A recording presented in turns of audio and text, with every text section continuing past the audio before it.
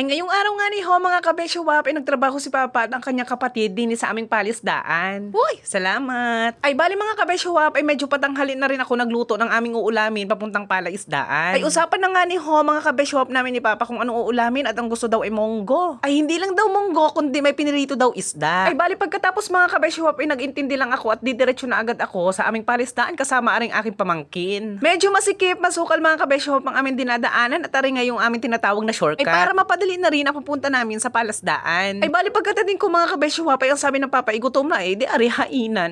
Ay mag-aalas daw si na rin ho mga kabesyo-wap niyan, kaya magsasaktong kakain na rin naman. Ay wari ko mga kabesyo-wap ay parang nasarapan sa aking luto, ba't ari gana rin ang tira.